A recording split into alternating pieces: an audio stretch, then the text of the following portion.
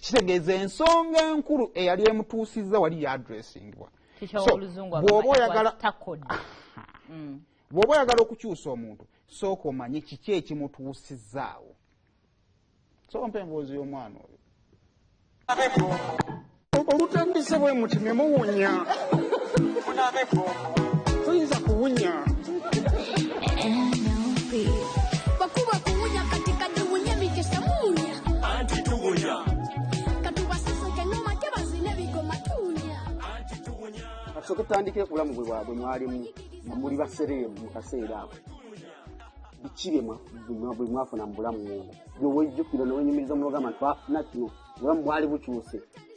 Nenyumirizaawo omwalaza okusooka yagala mwebaza because yatulagamu mubasereevu enjawulo bendikeze wali bangi basereevu esobola kumalayo kale nasimu ne munyiriza babasala akaviiri nga mwambala amasuuti ag'akabi muli muko ne mu sawuna.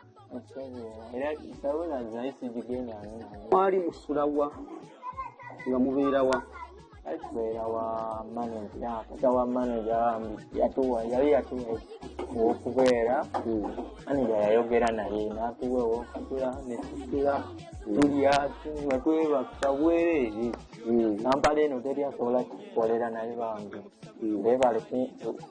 beebali kukikolera ekyo tusobola okuba nga tubeerawo ebbanga eryo lyonna kumpi mwaka mulamba nga betusasala ate ebbanga we lyatuuka ebbanga nga n'abalala kale baagala gikozesa ennyumba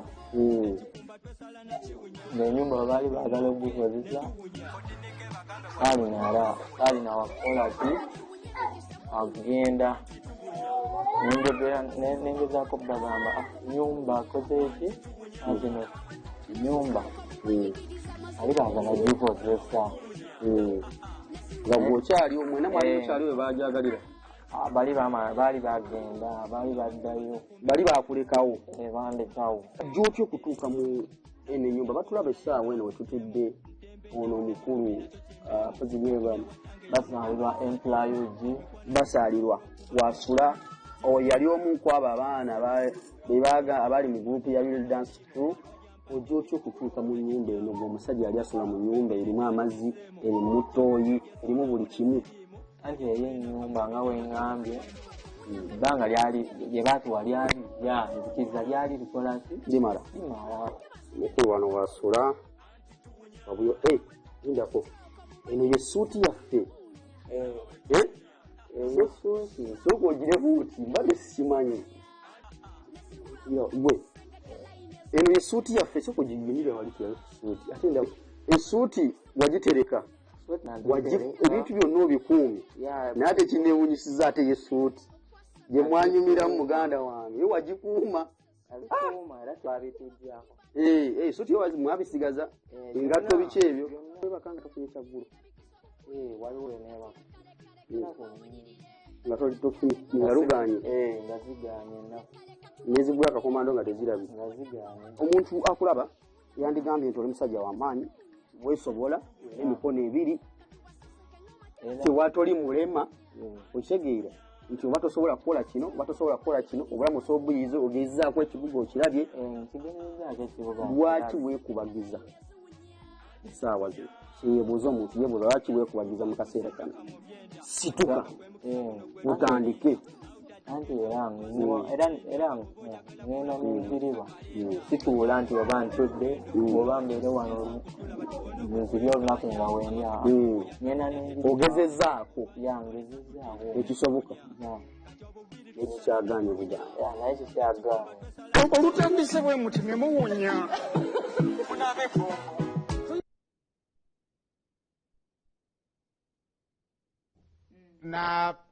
Na our submission yagambye my manager housed him for 1.5 years at his home in Zambia. He was never chased from Zambia. He simply left to start a new life. We told him to go back to school. He refused, but he kept calling me, asking me for money, yet I also had issues to fix. ono n'amudamu n'agamba source close to Muwunya boys says they were used and dumped.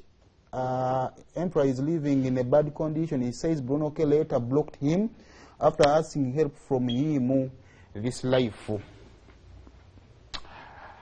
Side zonna zisobola okuba n'ensonga, side zonna zisobola okubaamu ezirimbira. Yes. Zisobola okubaamu n'ensonga, zisobola okubaamu n'ezikola ki? Nze ndowooza abayamba yes bayamba. It is kintu kirungi okuyamba si kintu kingango era buli omu talina mukisa guyamba.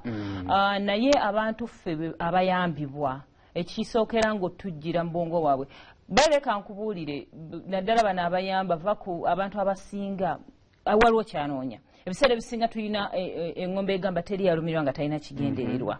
Yes, taliyo kizibu nnyo era omuntu alina kyayagala kyobola nga ne kyalita abantu bazikolera mu kamera ali afune sympathy afune following afune all that ekyo kino soko bera mbongo naye ekikolwa ebe natubiyera bena tugamba at least yakoze akyusizza obulamu bw'omuntu yayambye kati gwe bayamba tubeere naffe bantu bakulu tuyiga okwebeereramu nti yes abansondedde waliwo omwana gwe twasondera akagaali namwagala nnyo yajja n'angamba natandika ankosayimo natandika business yokutunda obugoye bw'abaana ayagala ozaala omuguleko I mean nti omuntu tubadde tusobola okuwa 15,000 ogenda n'olya emmere naye omuntu akulaze nti kino kyenjagala nze neeyiye so nammwe nga omuntu atuuse nakukwata ku mukono bw'otuula wabbali nga tonnanyumirwa limelight and all that naddala nga tolina bulemu oba kintu kyonna lowoozaamu kino bwe kiggwanzizaako ki nyinza kukozesa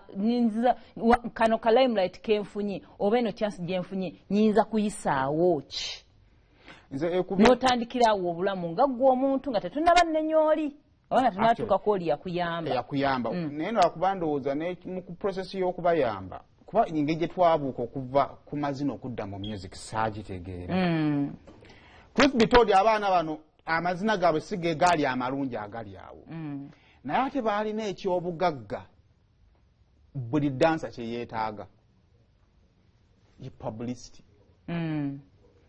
abantu abalungi gye bali ku nsi eyo gye bali eyo nga asobola okukola ebintu ebirungi bingi naye ng'ensi temukola ki temumanyi nga jasi yeetaaga muntu amuwa mukisa amuteeka awo ensi bwekola ki also by the time webajjira mu yolesa ekitone it was passion ezimba buli kimu singa bafuna ba choreographer ne baba training ayo twadde twogera ku mazina ne babajja mugali agawunya ne baba because they had the passion singa twadda ku ekyo kitwabasanga nakyo ne tukipolishinga osanga bandi badde balina we bali bandi kuba kati wabanga dansa afuna emitwalo 10 bwagenda okuzina katate Muwunya dansa ayinza okwegatako ng'afuna 15 because erinnya alikola ki alina so nze ndowooza we tuba tuyamba abantu bayambe ekisooka gubayamba manya nti nno okuyamba kuyinza okutuuka nekola ki nekuggwawo then n'ayamba nze njagala nnyo creatinga abajulizi abatono naye nga babeerera okusinga okuba nga nkoma mu bulamu bw'abantu ab'enjawulo naye nga sina kyembagaseeko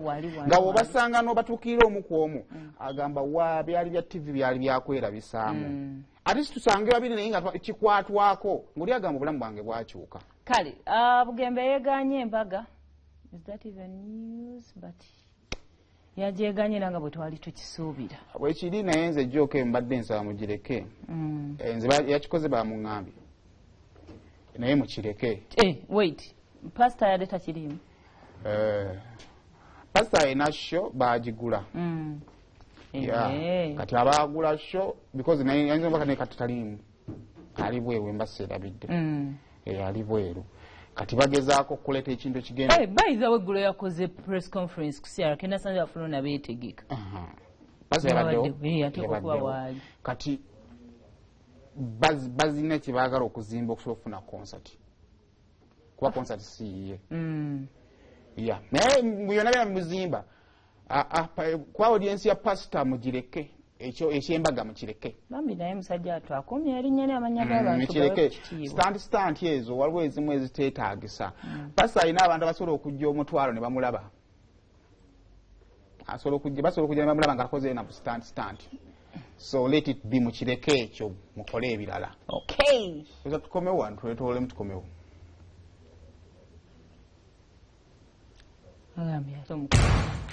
tabula